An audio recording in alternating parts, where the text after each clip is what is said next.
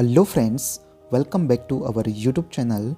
मैं हरिनागर आपका बहुत बहुत स्वागत करता हूं। तो दोस्तों, आज के वीडियो में हम बात करने वाले हैं हाइपरटेंशन की समस्या के बारे में। और ये हाइपरटेंशन की समस्या को देसी भाषा में मुख्यतः हाई बीपी या हाई ब्लड प्रेशर या उच्च रक्तचाप भी कहते हैं। और ये हाइपरटेंशन की समस्या मुख्यतः हर दूसरे तीसरे व्यक्ति में देखी जा सकती है। तो दोस्तों, आज के वीडियो में हम आपको हाइपरटेंशन के कारणों के बारे में, उसके लक्षणों के बारे में, उसकी जांचों के बारे में और हाइपरटेंशन के उपचार के बारे में जानकारी देंगे। तो इन सभी जानकारियों को पाने के लिए बने रहिए इस वीडियो के अंत तक। सब्सक्राइब कीजिए community health officer YouTube channel को और पास में जो बेल आइकन है उसके ऑल नोटिफिकेशन को प्रेस कर दीजिए ताकि आने वाली वीडियो सबसे पहले आप तक पहुंच सके। तो हाइपरटेंशन को समझने से पहले हम जानेंगे कि आखिर में ब्लड प्रेशर क्या होता है। तो ब्लड प्रेशर एक प्रकार से खून की धमनियों पर पड़ने वाला प्रेशर होता है और सामान्यतः ब्लड प्रेशर दो प्रकार का होता है। सबसे पहला आता है सिस्टोलिक ब्लड प्रेशर, जो कि सामान्य व्यक्ति में 120 mmHg होता है, और दूसरा ब्लड प्रेशर आता है डायस्टोलिक ब्लड प्रेशर, जो कि सामान्य व्यक्ति में नॉर्मली 80 mmHg होता है। यानी कि सामान्य व्यक्ति में अगर देखा जाए तो ब्लड प्रेशर 120/80 mmHg होना चाहिए। यदि ब्लड का प्रेशर इससे ज़्यादा हो जाता है तो उस कंडीशन को हाइपरटेंशन कहा जाता है। और हाइपरटेंशन तभी कंसीडर किया जाता है यदि ब्लड का प्रेशर 140/90 mmHg से ज़्यादा होता है। तो अब हम बात करते हैं रिस्क फैक्टर के बारे में। यानी कि जब भी कोई व्यक्ति हाइपरटेंशन से ग्रसित होता है तो उस कंडीशन में और भी कुछ कारक ऐसे होते हैं जो कि ब्लड प्रेशर को बढ़ाने का काम करते हैं।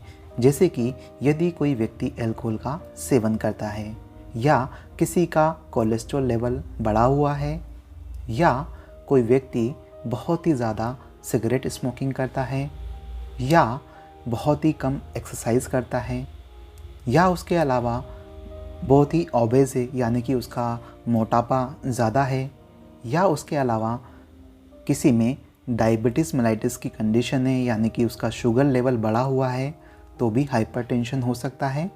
या कोई व्यक्ति बहुत ही ज़्यादा स्ट्रेस लेता है, या उसके अलावा जो हमारी नॉर्मल डाइट होती है उसमें बहुत ही ज़्यादा नमक का इस्तेमाल करता है। और उसके अलावा जो लास्ट कारक है अनहेल्दी लाइफ स्टाइल, यानी कि जो हमारे जीवन का तरीका है, रहने का तरीका, खाने पीने का तरीका, तो उसके ऊपर भी डिपेंड करता है। जैसे कि नॉर्मली हम क्या करते हैं, फास्ट फूड खाते हैं, तो इन फास्ट फूड की वजह से, अनहेल्दी लाइफ स्टाइल की वजह से ब्लड प्रेशर हमारा बढ़ जाता है। तो अब हम बात करते हैं टाइप्स ऑफ हाइपरटेंशन के बारे में। तो हाइपरटेंशन मुख्यतः दो प्रकार का होता है। सबसे पहला आता है प्राइमरी हाइपरटेंशन। प्राइमरी हाइपरटेंशन की कंडीशन में जो उसके कारण होते हैं वो पता नहीं लग पाते हैं, और इस प्रकार की कंडीशन में जो ब्लड प्रेशर होता है वो 140/90 mmHg से ऊपर चला जाता है। सेकेंडरी जो टाइप्स होता है उसके अंदर उसके कारणों का हमको पता होता है कि किस कारण की वजह से ब्लड प्रेशर बढ़ा हुआ है। जैसे कि ब्लड प्रेशर बढ़ने के पीछे कुछ कारण हो सकते हैं, जैसे कि रीनल डिजीज़ यानी कि आपको किडनी की बीमारी है तो उस कंडीशन में ब्लड प्रेशर बढ़ सकता है। एल्डोस्टेरोन हार्मोन जो कि एड्रिनल ग्लैंड से सिक्रीट होता है, तो ये भी अगर बढ़ जाता है तो उस कंडीशन में ब्लड प्रेशर भी बढ़ जाता है।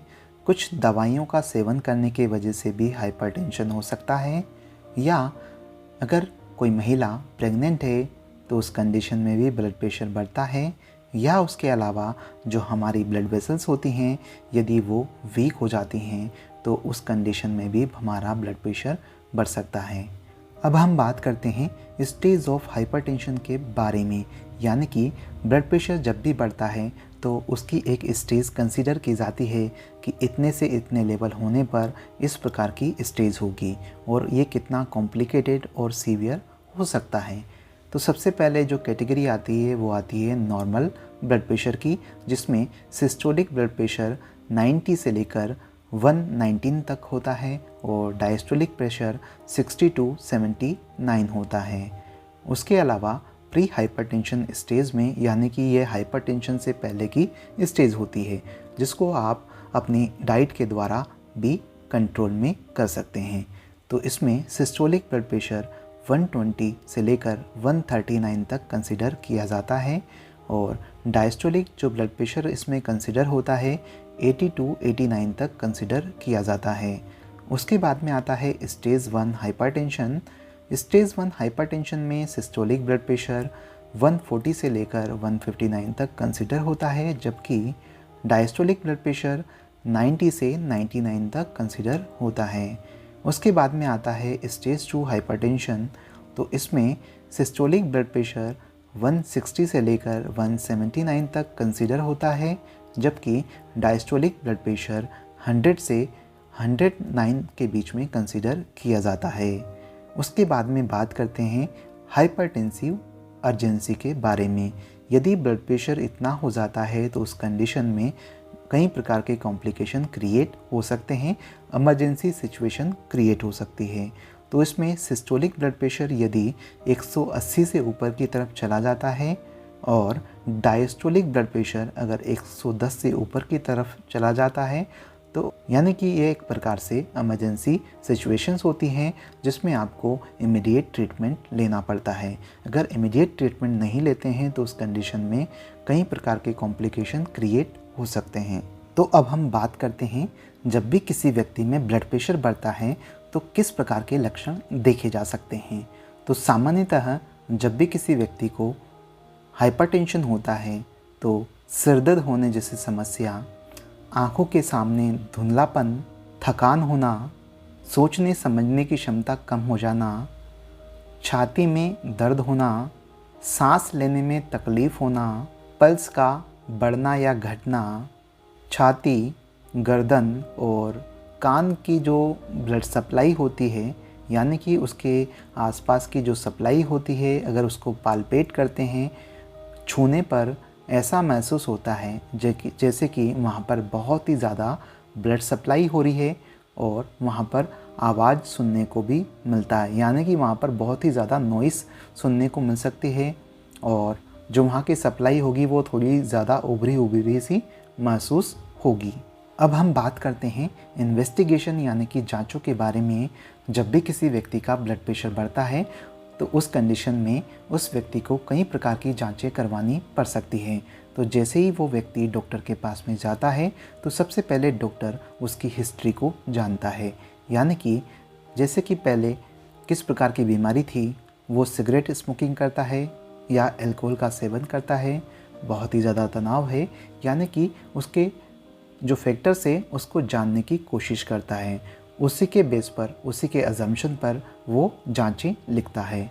उसके अलावा फिज़िकल एग्जामिनेशन कर सकता है, ब्लड प्रेशर चेक कर सकता है और जांचों के अंदर जैसे कि जो सोडियम लेवल है उसको चेक करने के लिए सीरम सोडियम टेस्ट किया जाता है, थायराइड प्रोफाइल किया जाता है क्योंकि थायराइड की वजह से भी ब्लड प्रेशर की समस्या हो सकती है, ब्लड ग्लूकोज लेवल चेक किया जाता है। अगर किसी को डायबिटीज़ है तो उसकी वजह से भी हाइपरटेंशन की समस्या हो सकती है, तो उस कंडीशन में ग्लूकोज टेस्ट भी किया जाता है। उसके अलावा यदि किसी व्यक्ति का कोलेस्ट्रॉल लेवल बढ़ा हुआ है तो उसको चेक करने के लिए ब्लड कोलेस्ट्रॉल टेस्ट किया जाता है। उसके अलावा किडनी की बीमारी की वजह से भी ब्लड प्रेशर बढ़ता है तो उस कंडीशन में किडनी फंक्शन टेस्ट भी किया जाता है। तो दोस्तों, अब हम बात करने वाले हैं ट्रीटमेंट के बारे में और ट्रीटमेंट में सबसे पहली चीज़ आती है लाइफ स्टाइल मॉडिफिकेशंस, यानी कि जो आपकी लाइफ स्टाइल है अगर उसमें आप मॉडिफिकेशंस लाते हैं तो उस वजह से आपके हाइपरटेंशन की समस्या दूर हो सकती है। तो कुछ से कि आप अपना वेट लॉस कर सकते हैं, वेट लॉस से भी आपके हाइपरटेंशन की समस्या का समाधान हो सकता है। उसके अलावा जब भी आप खाना खाते हैं तो उसमें सोडियम की जो मात्रा होती है वो थोड़ी सी कम लेना चाहिए। फिज़िकल एक्टिविटी यानी कि आपको एक्सरसाइज करना चाहिए। अगर अल्कोहल का कंजप्शन करते हैं तो उसका लिमिटेड अमाउंट ही लेना चाहिए एज ए मेडिसिन। और उसके अलावा बहुत सारी डाइटरी अप्रोचेस होती हैं जो कि स्पेशली हाइपरटेंशन के लिए होती हैं, तो वो भी आप किसी स्पेशल डाइटिशियन के द्वारा आप ये चीज़ फॉलो कर सकते हैं, डाइट को फॉलो कर सकते हैं। तो अब हम बात करते हैं फार्माकोथेरेपी यानी कि मेडिसिन्स के बारे में, यानी कि लाइफस्टाइल मॉडिफिकेशंस के द्वारा अगर आपकी हाइपरटेंशन की समस्या का समाधान नहीं होता है तो उस कंडीशन में मेडिसिन्स के द्वारा उस समस्या का समाधान किया जा सकता है। तो सबसे फर्स्ट मेडिसिन्स आती हैं डायूरेटिक्स। डायूरेटिक्स का काम क्या होता है, जो यूरिन पास आउट होता है उसके अमाउंट को ये इंक्रीज़ कर देता है, जिसकी वजह से हाइपरटेंशन कम हो जाता है। तो इसके अंदर 3 प्रकार की डायूरेटिक्स होती हैं। सबसे फर्स्ट आती है थायाजाइड डायूरेटिक्स और इसका एग्जाम्पल है हाइड्रोक्लोरोथायाजाइड। इसका काम क्या होता है कि जो हमारी किडनी होती है उसके अंदर ये सोडियम के एब्जॉर्प्शन को कम करता है। सोडियम का एब्जॉर्प्शन कम होगा तो ब्लड प्रेशर कम हो जाता है। सेकंड आता है लूप डायूरेटिक्स और इसका एग्जाम्पल है फ्रूसेमाइड और इसको एक और नाम से जाना जाता है लेसिक्स। इसका काम क्या होता है, सोडियम और क्लोराइड के एब्जॉर्प्शन को ये कम कर देता है। उसके बाद में आता है third number potassium sparing diuretics. तो इसके अंदर एग्जाम्पल आता है स्पाइरोनोलेक्टोन। इसका काम क्या होता है, किडनी के अंदर ये सोडियम के एब्जॉर्प्शन को कम करता है और साथ ही सोडियम के एक्सक्रीशन को बढ़ाता है और जो पोटेशियम का एक्सक्रीशन है वो कम कर देता है, जिसकी वजह से जो ब्लड प्रेशर है वो कम हो जाता है। अब बात करते हैं सेकंड मेडिसिन्स के बारे में, ACE इनहिबिटर्स यानी कि एंजियोटेंसिन कन्वर्टिंग एंजाइम इनहिबिटर्स। इसका काम क्या होता है, जो एंजियोटेंसिन फर्स्ट है उसको सेकंड में कन्वर्ट करने से ये रोकता है। अगर कन्वर्जन नहीं होगा तो एड्रिनल ग्लैंड से जो एल्डोस्टेरोन हार्मोन का सिक्रेशन होता है वो कम हो जाता है, जिसकी वजह से जो ब्लड प्रेशर बढ़ा हुआ था वो अपने आप ही कम हो जाएगा। और इसका एग्जाम्पल है रेमिप्रिल जो कि 2.5 mg में आती है और उसके अलावा एनालाप्रिल, इओप्रिल जो कि 2.5 mg और 5 mg के अंदर अवेलेबल होती हैं। थर्ड आता है एंजियोटेंसिन रिसेप्टर ब्लॉकर। ये क्या करता है, जो एंजियोटेंसिन सेकंड का जो वर्क होता है उसको ये रिड्यूस कर देता है, जिसकी वजह से जो वेसोकॉन्स्ट्रिक्शन होता है और फ्लूइड का रिटेंशन होता है वो कम हो जाता है। और वेसोकॉन्स्ट्रिक्शन और फ्लूइड का रिटेंशन कम होगा तो अपने आप ही क्या होगा, एक तरीके से ब्लड प्रेशर कम हो जाता है। और इसका एग्जाम्पल है टेल्मिसर्टन या इसको टेल्मा के नाम से भी जानते हैं, जो कि 40 mg और 80 mg में अवेलेबल होती हैं। नेक्स्ट आता है फोर्थ नंबर रेनिन इनहिबिटर्स। तो रेनिन इनहिबिटर्स क्या करता है, जो एंजियोटेंसिन फर्स्ट में कन्वर्ट होता है उसको कन्वर्ट करने से ये रोकता है और इसका एग्जाम्पल है एलिस्केरिन।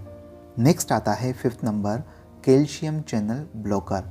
तो कैल्शियम चैनल ब्लॉकर क्या करता है, जो हमारी ब्लड वेसल्स होती हैं उसके अंदर एक लेयर होती है जिसको स्मूथ मसल्स कहते हैं। स्मूथ मसल्स के अंदर क्या होता है, जो कैल्शियम होता है उसकी एंट्री को ये रोक देता है। अगर कैल्शियम उसके अंदर नहीं जाएगा तो स्मूथ मसल्स के अंदर कॉन्ट्रैक्शंस नहीं होंगे और कॉन्ट्रैक्शंस नहीं होंगे तो ब्लड प्रेशर अपने आप ही कम हो जाएगा। इसका एग्जाम्पल है अम्लोडिपिन या नेफेडिपिन जो कि 5 mg और 10 mg में अवेलेबल होती हैं। उसके बाद में आता है 6 नंबर बीटा ब्लॉकर्स। तो बीटा ब्लॉकर क्या करता है, एक तरीके से जो भी हार्मोन सिक्रीट होते हैं जैसे कि रेनिन हार्मोन, एंजियोटेंसिन सेकंड, तो इसके प्रोडक्शंस कम होते हैं तो उसकी वजह से जो बीटा 1 एड्रिनर्जिक रिसेप्टर्स होते हैं वो ब्लॉक हो जाते हैं, जिसकी वजह से हार्ट रेट कम हो जाती है, कार्डियक कॉन्ट्रैक्टिलिटी भी कम हो जाती है और कार्डियक आउटपुट भी कम हो जाता है। और इसका एग्जाम्पल है एटिनोलोल 50 mg में अवेलेबल होता है। उसके अलावा प्रोप्रानोलोल या मेटोल जो कि 25 और 50 mg में अवेलेबल होता है। उसके बाद में आता है 7th नंबर अल्फा ब्लॉकर्स। ये क्या करता है, एक तरीके से जो अल्फा 1 एडिनो रिसेप्टर्स होता है उसको ब्लॉक कर देता है और ब्लॉक करने की वजह से वेसोकॉन्स्ट्रिक्शन नहीं होता है और वेसोकॉन्स्ट्रिक्शन स्मूथ मसल्स में नहीं होगा तो ब्लड प्रेशर अपने आप ही कम हो जाता है, जिसका एग्जाम्पल है टेराजोसिन। और नेक्स्ट आता है डायरेक्ट वेजोडाइलेटर्स। तो डायरेक्ट वेज़ोडाइलेटर्स क्या करता है, जो स्मूथ मसल्स होती है उसको रिलैक्स करने का काम करता है, और जैसे ही स्मूथ मसल रिलैक्स होती हैं तो ब्लड प्रेशर ऑटोमेटिकली कम हो जाता है। इसका एग्जांपल है हाइड्रोलिजिन और मिनॉक्सिडिल। अब बात करते हैं कॉम्प्लिकेशंस के बारे में। यदि आप हाइपरटेंशन का ट्रीटमेंट नहीं लेते हैं तो उस कंडीशन में आपको कई समस्याओं का सामना करना पड़ सकता है। जैसे कि सबसे पहला है, जो मोस्ट कॉमन कॉम्प्लिकेशन है वो है स्ट्रोक, यानी कि ब्रेन हेमरेज हो सकता है। उसके अलावा रेटिनोपैथी, यानी कि अगर हाइपरटेंशन है तो आँखों के अंदर ब्लड सप्लाई बहुत ही ज़्यादा होने लगती है, आपकी आँखों में दर्द होगा और आपको धुंधला जैसा दिखाई देने लगेगा। उसके अलावा आपकी किडनी फेल हो सकती है, हार्ट भी फेल हो सकता है। उसके अलावा एंजाइना यानी कि चेस्ट पेन यानी कि छाती में दर्द हो सकता है, और उसके अलावा मायोकार्डियल इन्फ्रैक्शन यानी कि हार्ट अटैक भी हो सकता है। उसके अलावा लेफ़्ट वेंट्रिकल हाइपरट्रोफी, यानी कि जो लेफ़्ट वेंट्रिकल होती है जो कि हमारी पूरी बॉडी को ब्लड सप्लाई करने का काम करती है, यानी कि लेफ़्ट वेंट्रिकल से ही ब्लड हमारी पूरी बॉडी के अंदर पुश होता है। तो लेफ़्ट वेंट्रिकल के अंदर बहुत ही ज़्यादा इनलार्जमेंट हो जाता है। तो दोस्तों, आशा करता हूँ आपको ये हमारा वीडियो अच्छा लगा होगा। अगर वीडियो अच्छा लगा है, नॉलेजेबल लगा है, तो प्लीज़ इस वीडियो को लाइक कीजिए, शेयर कीजिए। अगर किसी भी प्रकार की क्वेरीज हैं तो कमेंट बॉक्स में जाइए, कमेंट करिए। Thank you so much.